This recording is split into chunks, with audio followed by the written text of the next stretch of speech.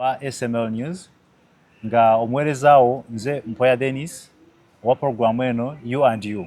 Leero ndina omugenyi wange gwenkyaziza nga njagala twogere ku bintu ebyo ebibadde mu wiiki n'ebyo ebikoze amawulire mu entertainment industry ne mu bulamu waffe obwa bulijjo. So mbale nsaba omugenyi waffe yeyanjuleko gye tuli.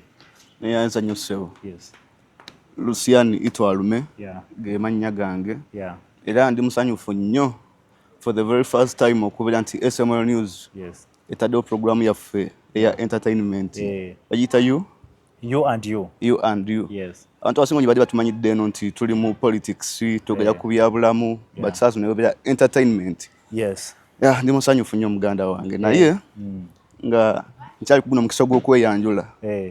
Industry nga yo ey'amawulire yaguddemu obuzibu obunene nnyo kuba okukaya ku makya nga tuwulira nti baganda baffe abamu ku baganda baffe aba Next Media bafunye accident.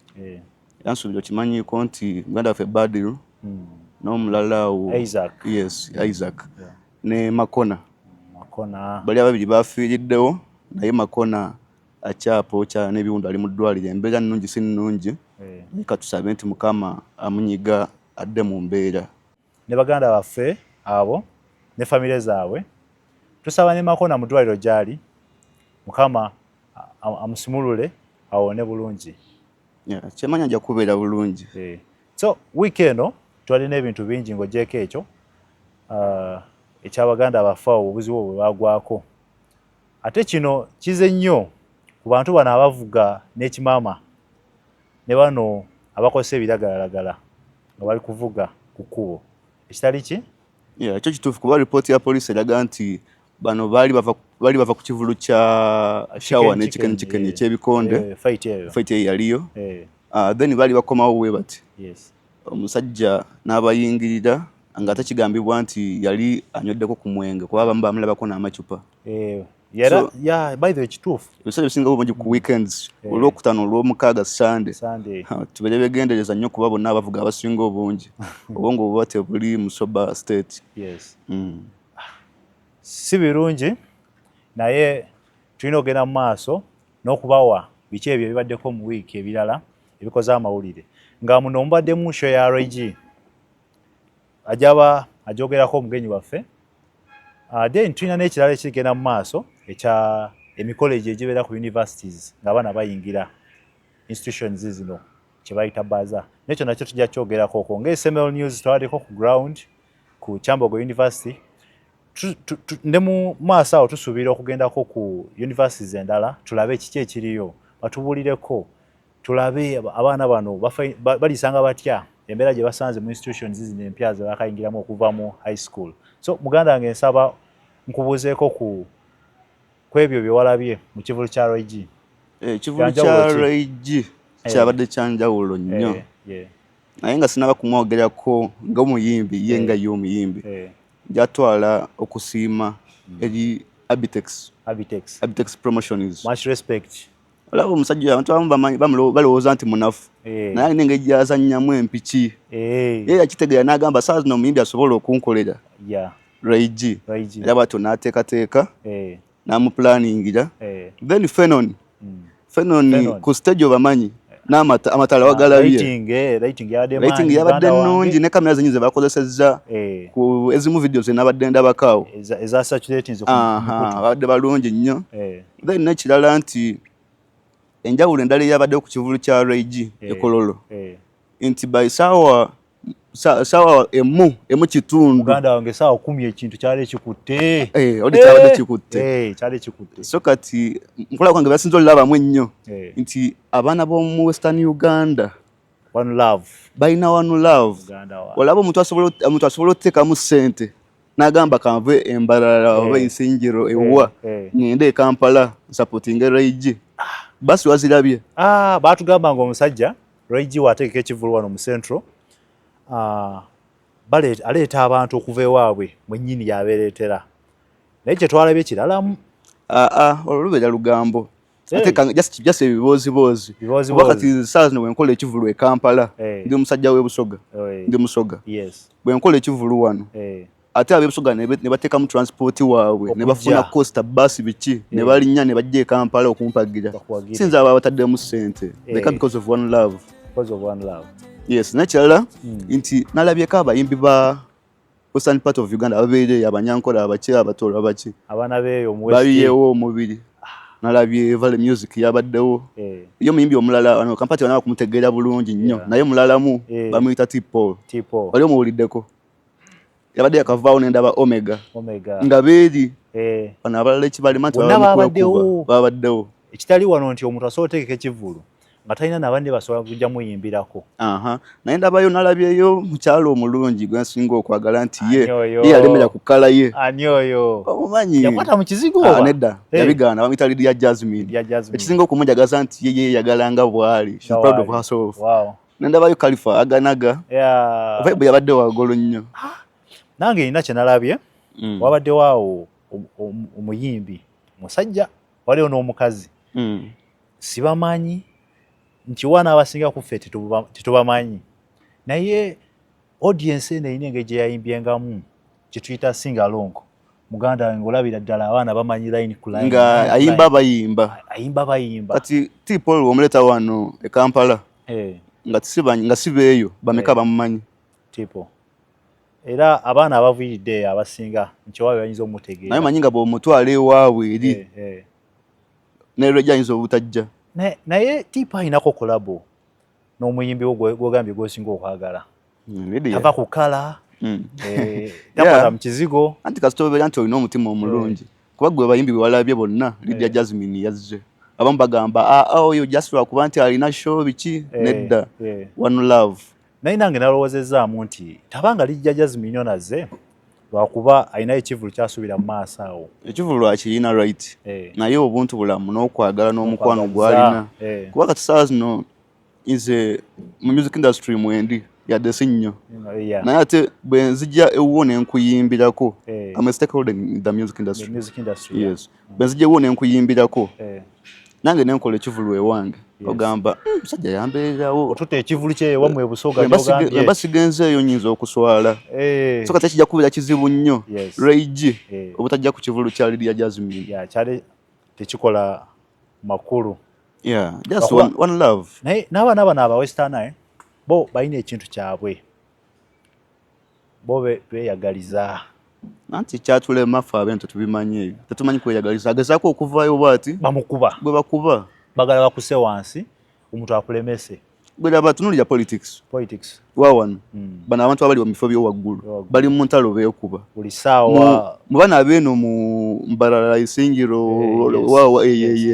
bameka bawulira nga beekuba tulwawulira entalo nnyo ezibeera eyo mu West era njagala kwebaza abaana ba West bo babiyewo omubiri nga bonna ekiri ku mumwa kololo era yajjudde manyi nga abaana ba universities bonna zino zitotolodde wano bonna ne betwaligambye nti ba freshers biki babadde kololo naye kati waliwo n'ekibuuzo ekirala ekyebuuzibwa abantu lwejjo ono bamuwadde kololo because tusuubira eriyo ekintu ekinobeerayo ekololo eyo function eriyo ekinobeerayo by this time naye tuwulira nti bakikwata ne bakitwala ku location endala so tusuubira nti gavumenti ekintu kino ekinamu omukono anti kati bw'otunuulira Uganda nga bweri kintu kye bayita art industry sijja gamba music industry sijja kugika art industry nga bweri ng'oggyeko emmwanyi ne gold ne tourism ebisinga okuyingiza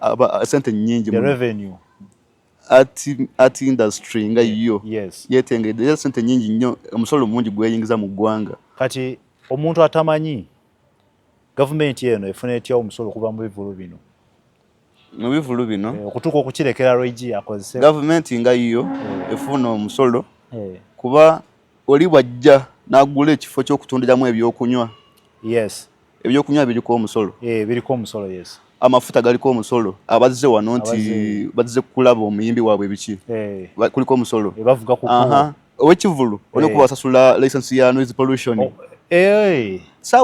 Sound ogisasulira ogisasulira olaba niwo bakola bbaala nze mbali ndowooza nti wembeera n'ekintu kyange ngera bukezi nenfuna sound nentekawo ekintu ne bwoba okoze ebbaala kwogwo omusolo gw'osasula kubeerako ogwa sound pollution kuba jjukira okuba abantu beebasa abamu okuba ebidongo waliwo abatabyagala obisasulira kati bano abaleese ebyokulya biki ekyo kipya okwo kwonna ezo zonna ziba gavumenti ebeekola buli tiketi gy'otunda gavumenti efunako mu kiro kimu efuna.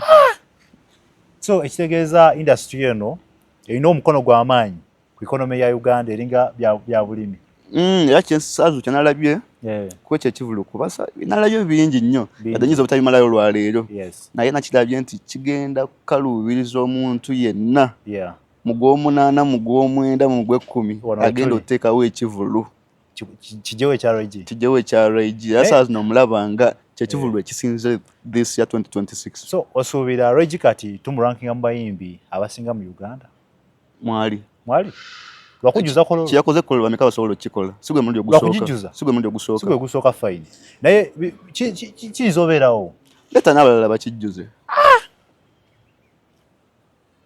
naye King Sarah ali mu kujjawo mu maaso naye ayinza okukola obulungi ajja kukola bulungi oyo omusuubira okukola obulungi nanti mwana wa nkyukakyuka baana b'abantu ajja kukola bulungi oyo sirina kye ŋŋamba oyo enzikiriza era ayinza okwegeza ku kivulu kya Regi King Sarah yajja kukikola. So ku Regi ne King Sarah tusuubira okuweeyingamu tulabe nga King Sarah ekiki ekiwedde tujja komawo tubuulire abantu era saa zino bw'obala abayimbi abataano omukaaga abasinga notateekamu Regi oba oliko akatuli ku mutwe obeera mulwadde. No nze nyinza obeera n'ensonga zange ne ngamba nti no oyo mwana weeri ate wano omanyi tulina obuzibu mu industry nti tukonsideringa nnyo tugenda nnyo ne bano abantu betulaba wano mu Buganda mwana weeri naye ng'abaana gye bali abakuba olowooza kiki yakitadde eri nakiteeka e Kampala eno era nekikuba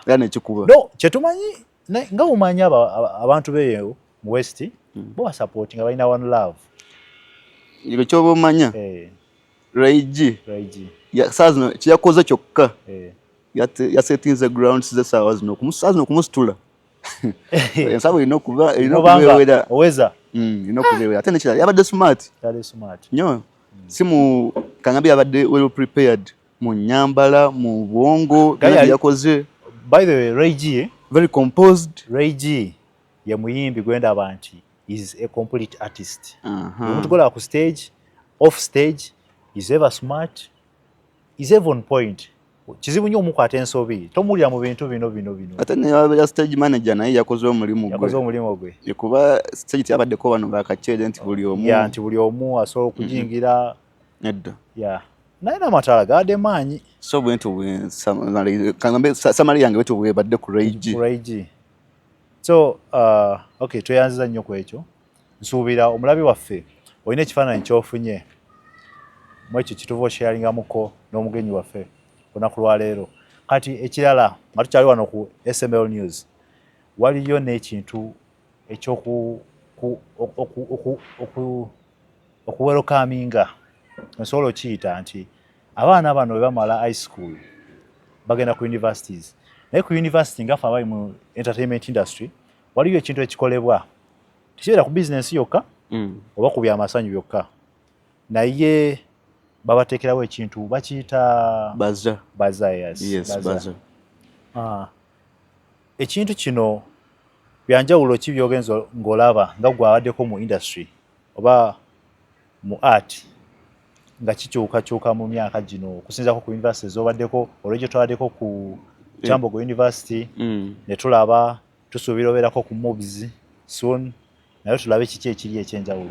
Kati nze nga omuntu yasomera ku Kyambogo University nasomera ku Kyambogo mukama wange ebintu byali bitya like ng'obikompayarinze nze nali mutiitiizi olwaki ng'otya nali mutiitiizi kuba nali mmanyi nti abayaye b'ebbanda bo balalamu naye era saagendangayo nnyo naye kinali ndaba nti turn-up yalinga y'amaanyi ate kati baatulimbanga ffe batugamba nti baza ya 2 weeks mama akakuba bwe muti 1 week emaliryako ku lw'omukaaga nga bagisala anti kati nga ffe abalowooza nti tuba b'amaanyi tutera ogenda ennaku ezo ezisembayo abasobola okulwana kati muganda wange so ogera otuuka wali nga tokyasobola kugenda nga ewedde kati nga SML News bwe tuli twabaddeyo olwejjo nange nabaddeyo kyenalabye nti show ya Reggie wali emabega wenkugambye nti kirabika yatataganyizaamu ebintu ebimu yatanapute yabadde nnungi nnyo naye mu byonna nalabye nti ate bano babawadde 2 weeks nga bali mu kunyumirwa jawo tubulireko amannya go ne gy'oviiridde Pambita Fireboss 256, yeah. Pan mic, you feel the force. I walk on them, me call me the Fireboss. Pan mic, you feel the force. Me band tell them a Taliban. Banda invest it out of band and ze chibando $1. But rapper mwe nate mumanyiche mukola kuba gatinza basomesa. Okay, nga tonaba kuva ano, twali tusaba otuwemu akapera, then oddeyo proceeding n'ekyobaddeko wali ku stage. Awagwan bagambe andi badi madankuwa simanyi masada nobody gamba dogoda nsibonga na bayuda nzigunda nga madinda baita chibano kuneno munda we bantel them a Taliban usaga bwempandula baita nembalangira ndi mazima wanvu wonneimba moja kubira we tell them awagwan tuli chambogo we tell them tuli bakabi ngembogo. Okay, toyanziza nnyo mukama wange kasima kelere muganda wange. Okay, oba bakikoze nti wa university zirina omuze zikwata abana abapya ne bajja wiiki esooka kati eryo ne bana ababa baluddewo abakadde bananyini mivuyo ba veterandi balina amannya mangi eyo ge beeyita kati ne babawo wiiki eri eyokubiri.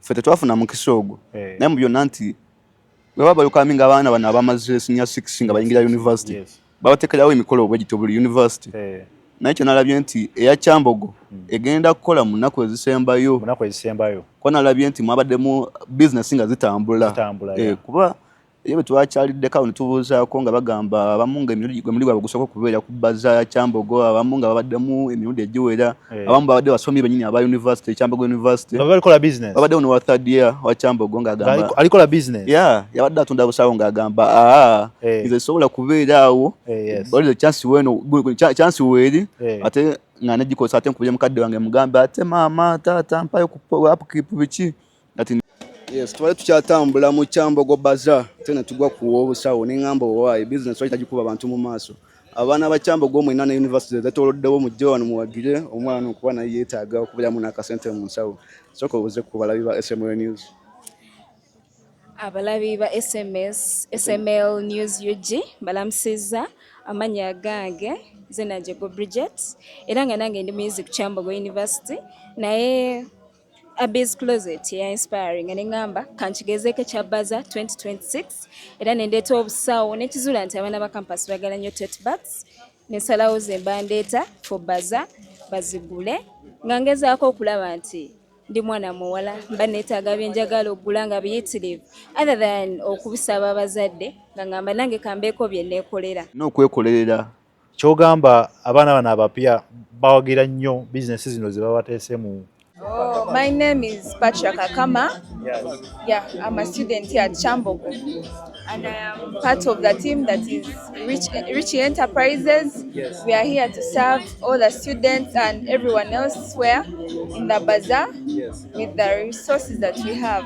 Okay. Yeah. So, according to what you've seen in this bazaar, compared to the others that have been happening here, being a student here, what difference have you seen? The difference? Well, firstly, the students have been able to embrace businesses that have been set up in bazaars. They have been able to know that this side they are able to attain everything. Mostly those people who sleep in hall, it is easy for them to access these items compared to when they move out of campus, because at least here we have better prices that are at least cheaper. Then the other thing, the distance is at least easy for them to be able to access everything and they stay in campus. Kati abaana abapya bagenda okujja most aba first year bebayita ba freshers yasagala kikozesa ekigambo ekyo babiramu n'akasente naye lwaki aba campus yagala bayita ba fresher okimanyi waliyo bagala okuyita fresher. So how many times, or is it your first time to be to bring this business in the bazaar, or you have been attending the past years? No, this is not my first time. This is my second time to be here in bazaar, because last bazaar it was good to interact with students. It feels so good that you get more clients. So I was able to come again. So kati alaba abana we bajja babeeramu n'akasente ate baba tebanaba kuyiga engeri ya university ng'ebulamu gye butambulamu Black November kati bajja bwe bati buli kimu ky'abaalaba mu maaso bati mu bbaza abayagala akyetuuseeko November egenda otuuka November wamma kyoba nina kyempulira nti there is this thing of Black November sijja gamba nti ku Kyambogo kwokka buli wamu naye Black November ludda na ludda ekuba kati osuubira obuzibu buvaako ekyo ku baana bano ababa bakayingira university nga baspendiza akasente kaabwe mu wiiki esooka yennyini anti kati nga bazimalidde mu bbaza kugula bintu naye nziza kibuuzo ekyo kati bano ababeerako bano abakadde abali mu second year third year abo baba bamanyi system already baveterans so kati wowe kasatuka bwe bati balode baba bamanyi kati bano apya ne baspending ezaabwe kati bagenda otuuka mu gw'omunaana nga n'ekikomando eky'olukumi tasobola kukyetuusaako ngatandika okukaba outsiders ate abo wale batandise kugenda mu ba sugar daddy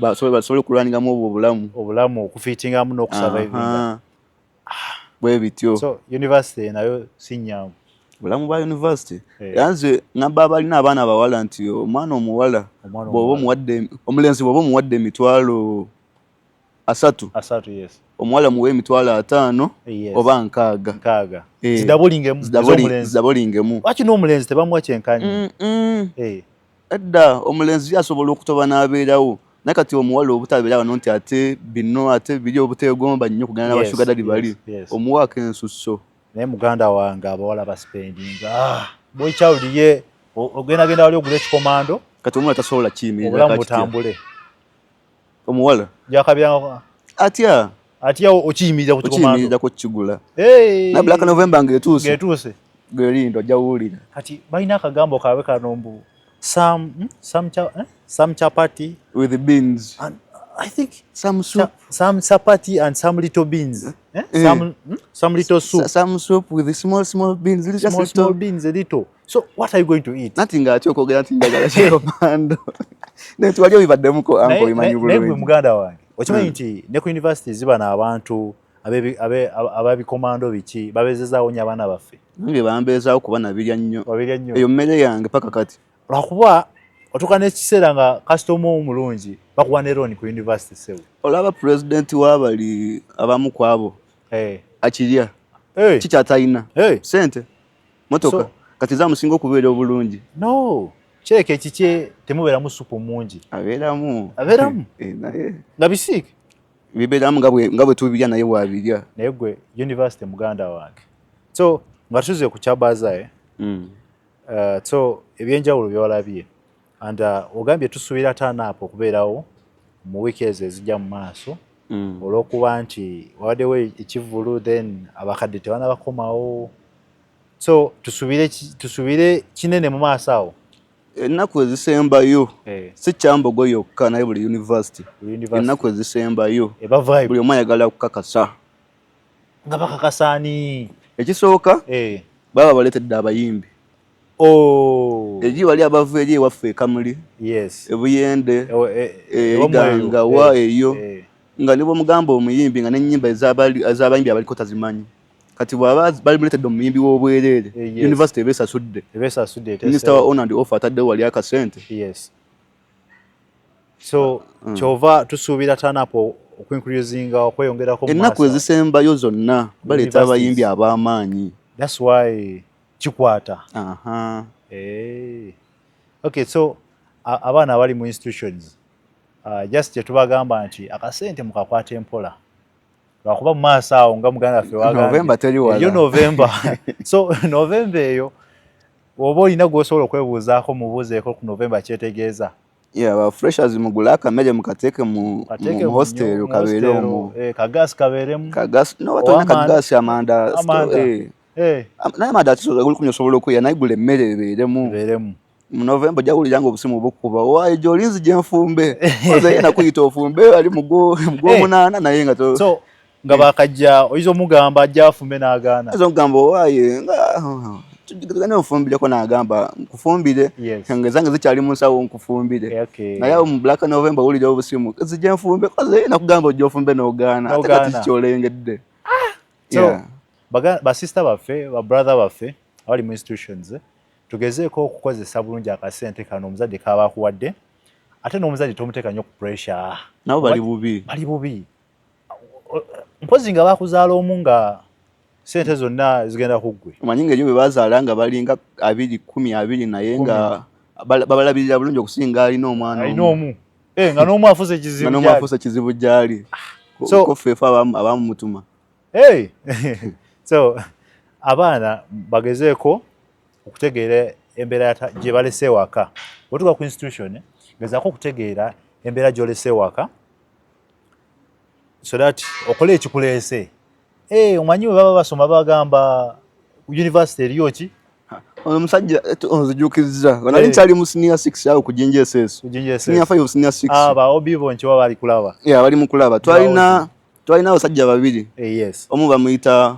Mutamba yali asomesa divinity owokubiri bali bamuyita ono wa history 1 enyali mbuzeeko musajja oyo Ocheng kuleka Ocheng yo musajja Livingstone abasajja babiri nga batugamba there is life at university there is life naye natuukayo bwe tinengamba abasajja nga bantendera bakutenderera ensobi kati ku university gwali osuubira kifaananyi ki ng'ogiyingira nze nagenda ku university nga mmanyi ebyange byonna biwedde natuukayo nga olwokubiri nga nsoma political science okuva ku ssaawa emu ey'okumakya mpaka ssaawa 12 olingali mu primary bantendera abasomesa aba secondary namwe mutuleke nga mulekemu abaana temubatomeza bajja tuuka eno bakyope naye obulamu obuliyo bwempa baganda baffe there is freedom kubanze nze hostel nagibeeramu hostel we nabeera nagibeeramu 1 semester ntandika okupangisa era nabeera mu mirembe gyange nga nsagala binumba ate biki najala kubeera mu mirembe gyange tejja kugambako nti genda osome naye wabula eriyo obusoma wali ku poto bakagamba aratike kwata ku mutwe n'ogamba leero luno kaweddemu so kati abali mu bbaza mubeere mu bbaza nga munyumirwa bawadde 2 weeks muziyitemu mukole ebirala ebyabaleese let them live the moment enjoy it's your time, you know, when it's your time, because over to university you won't get the chance to have all this. You're going to get responsibilities. You have a lot on your mind, so live the moment. Don't fear Black November, don't fear, just live the moment. So nga tuggalawo njagala kwebaza muganda wange okutukyalirako olunaku lwa leero nga tuggalawo njagala asooke atujjukizemu erinnya lye so that buli ali ku SML News otegeere ani gwe tuwadde naye olunaku lwa leero. Neyanza mukama wange Luciani Itwalume ge mannya gange nga mbadde mugoberera program endala za SML nga tuzibeerako tuziraba nsuubira ne entertainment natugiwe omukisa tugiwe coming mu bulungi tulabe nga tusobola ogyongerako twezimbire wamu musuubire bingi ku SML News mu entertainment. Tikigenda beera ku entertainment yokka naye ne social life, obulamu bwa bulijjo, lwakuba n'omuntu ali mu art ne mu celebrity life naye alina obulamu. So mubeereeko, tova ku SML News.